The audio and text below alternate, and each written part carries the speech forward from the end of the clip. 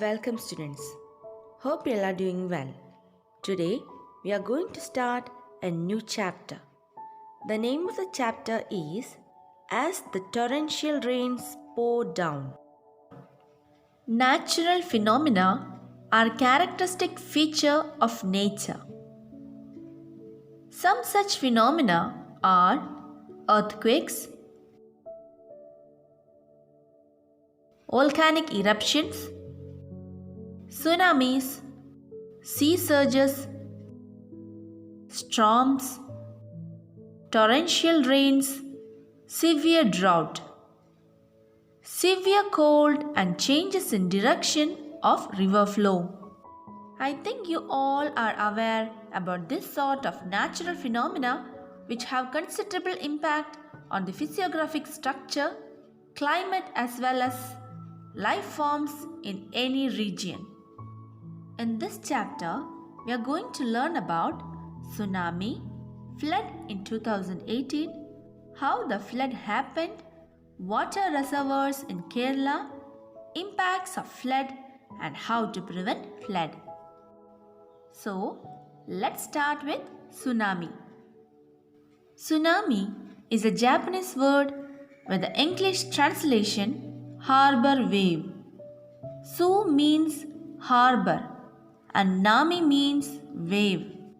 Now, let us see a short video of tsunami.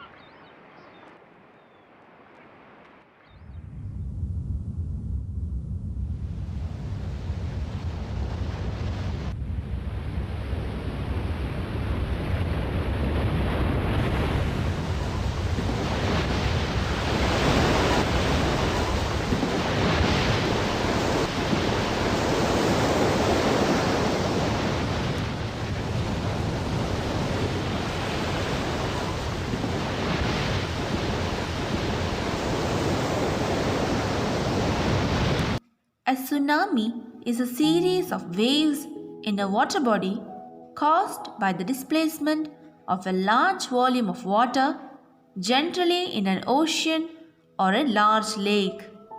Earthquakes, volcanic eruptions, and other underwater explosions above or below water all have the potential to generate a tsunami. We still remember the tsunami that occurred on 26 December 2004. Devastating waves swallowed our coast and it caused very much damage to life and property. This unnatural sea surge and furious destruction was the result of an earthquake that occurred near Sumatra, the Indonesian island in Indian Ocean, and 14 countries were affected. Sea waves rose to over 100 feet. It is estimated that the overall death toll from the 14 countries was over 2.25 lakhs. More than 1,000 people lost their lives in India itself.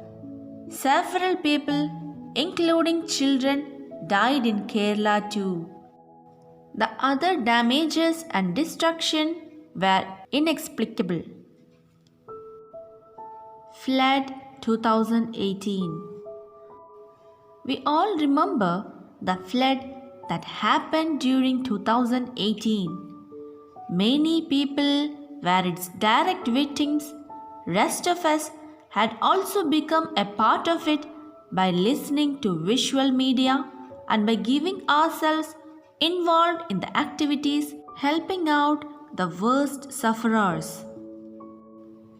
People had to leave their home to safer locations so as to escape from the uncommon floods caused by heavy rainfall. How the floods happened. The average annual rainfall of Kerala is about 3000 millimeters. 90% of it occurs in a span of 6 months through southwest and northeast monsoons. The heavy rainfall during monsoon months caused heavy water flow in all the rivers.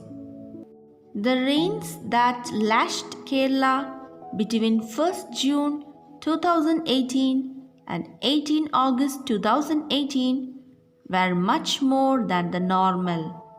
This caused considerable flooding in 13 of the 14 districts.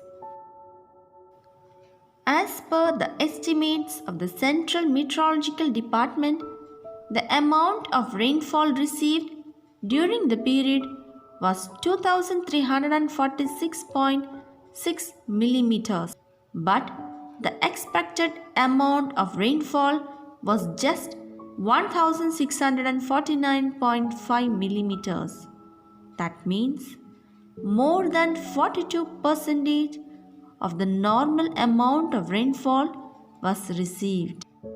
Large-scale floods due to heavy rainfall occurred during the end of July, but it was between 14th August and 19th August that torrential rain and disastrous flood occurred. Students, now look at this table. This table shows the district-wise rainfall between 1st June 2018 and 22 August 2018. This is a study report on the flood in Kerala, September 2018 by Central Water Commission. District: normal rainfall, received rainfall, excess rainfall. Kerala State 1701.4, received rainfall 2394.1, 41% excess. Thiruvananthapuram 672.1, 966.7, 44% excess. Kollam 1038.9, 15,793, 52% excess. Pathanamthitta 13,575, 1,968, 45 excess. Alappuzha 1,380.6, 1,784, 29% excess. Kottayam 1,531.1, 2,307, 51% excess.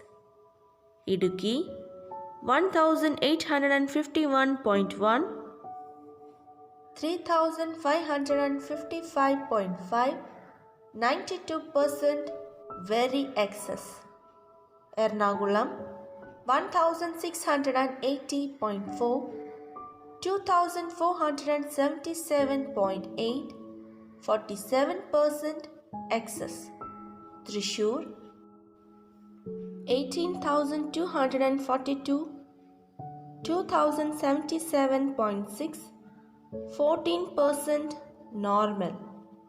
Palakkad 1,321.7, 2,285.6, 73% very excess. Malappuram 1,761.9, 2,637.2, 50% excess. Kozhikode 2250.4, 2898, 29% excess. Wayanad 2281.3, 2884.5, 26% excess. Kannur 2333.2, 2573.3, 10% normal. Kasargod 2609.8, 2287.1, minus 12% normal. A thorough analysis of each of the element is essential for taking precautionary measures against heavy rains. This kind of statistical data may help in future planning. Now, let us summarize what we learned in this chapter. Water is the base for life on earth. 71% of the surface area of the earth is water. There are different sources of water. The quantity of fresh water is very less. Water cycle regulates the availability of water on earth. Human interventions pollute the water sources. Rainwater harvesting is the best way to prevent water scarcity. Conservation of water is our duty.